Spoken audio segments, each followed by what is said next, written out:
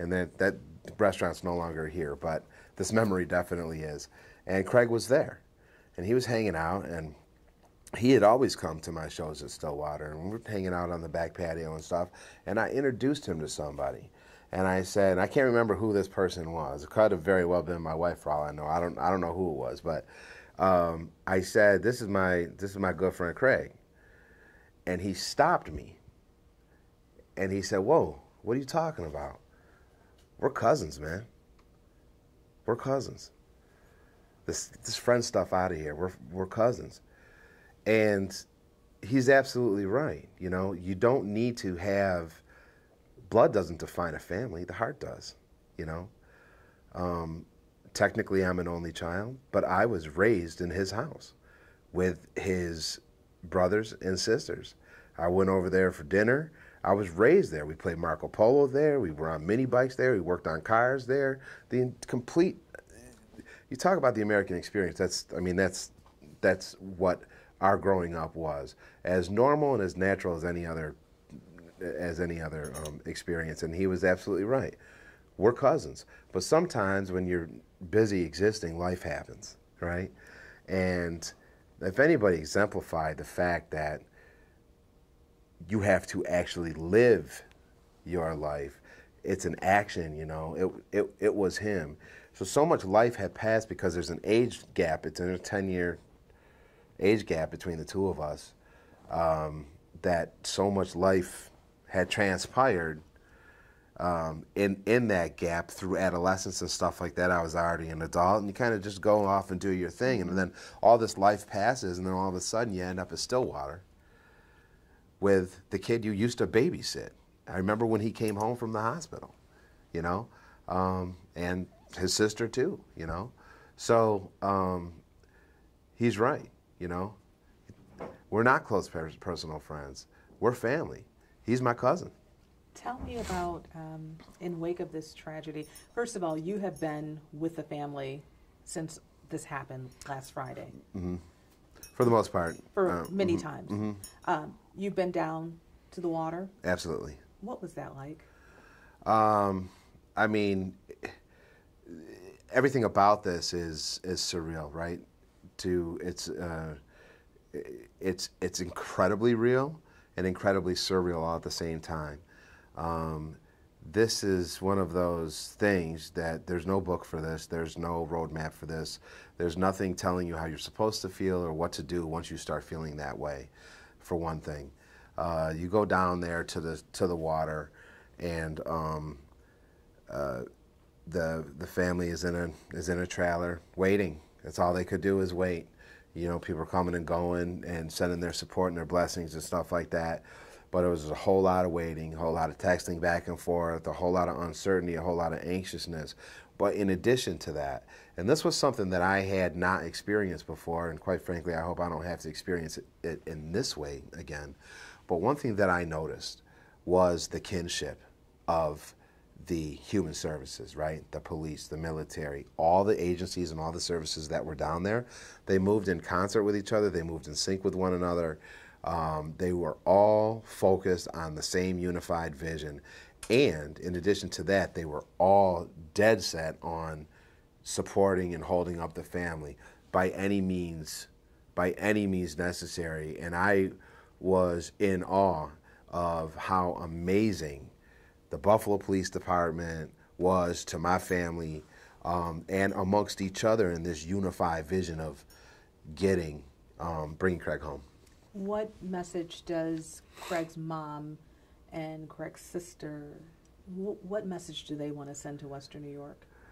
They are totally grateful, beyond grateful, for all the love and support that the community has been showing them and extending them. At this point, they really want to focus on both glorifying Craig's life and grieving him in this time. You know,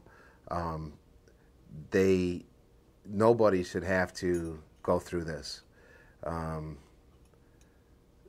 Nobody should have to go through this, and I think that the family, they are so stoic and so strong It was reported somewhere that they're busy asking what other people need hours after their son and brother had been discovered and recovered. And that was true.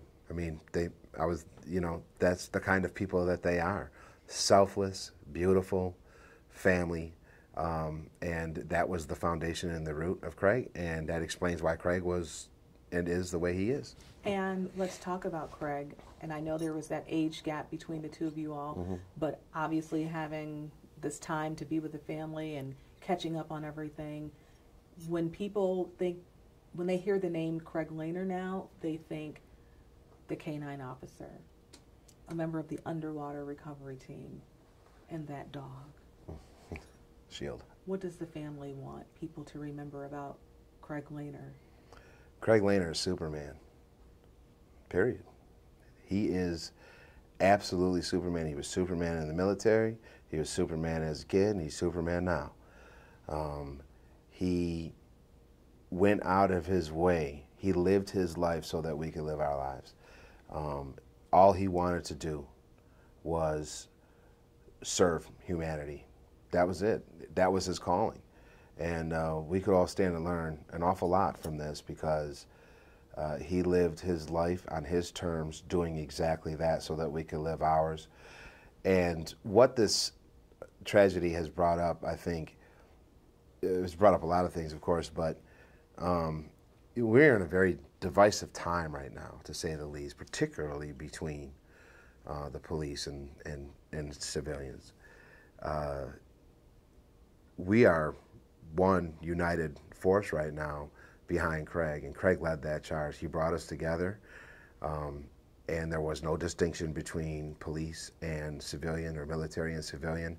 We're just all people all together in one neighborhood, in one city, for one plight, for one togetherness, and he orchestrated that.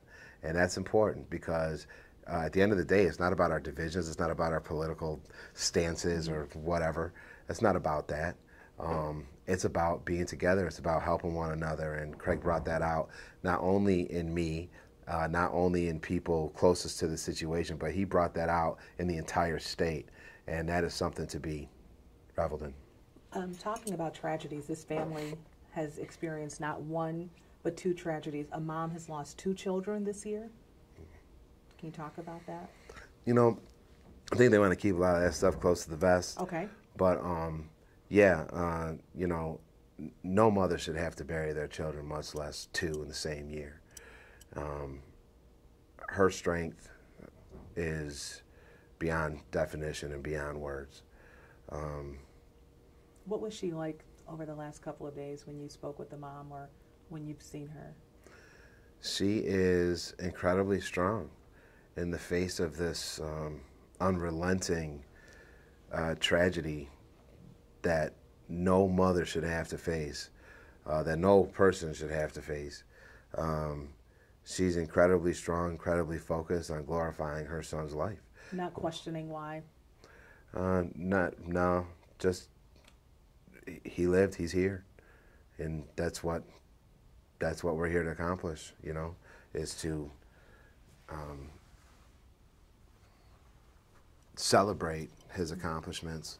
And what does the family ask you to do going forward, especially on Wednesday? A large funeral is expected with men and women in uniform from around the country expected to be here. It's got to be overwhelming. It's got to be overwhelming for them. What role do they want you to play? Well, I believe I'm going to be a pallbearer, but most importantly, I'm just going to be family. We're all going to be united together for Craig and with Craig on that day. We are one force for him. We have to be, and we have to be strong for him, and we have to be together for him, and we will always remain together for him and as a family. And that's another testament to Craig's power in all of this, is that I know for me, he certainly woken me up to the fact that we are, once again, you don't need blood to be considered family. And these people are my family, and I love them, and I love Craig, and what do they want people to remember about him? If there's one thing, what could people... His dedication to service. That's it. His dedication to service and to family. I mean, he loved his family, you know. He loved his job. He loved his family. The family did want me to say, though, that, they did want me to say that they really appreciate the outpouring support, the vigils, everything that everybody is stepping forward to do.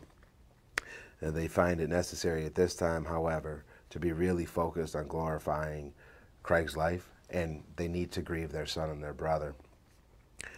And they are just requesting privacy at this point so that they can get through the next few days and to grieve Craig as he should be grieved. Well said.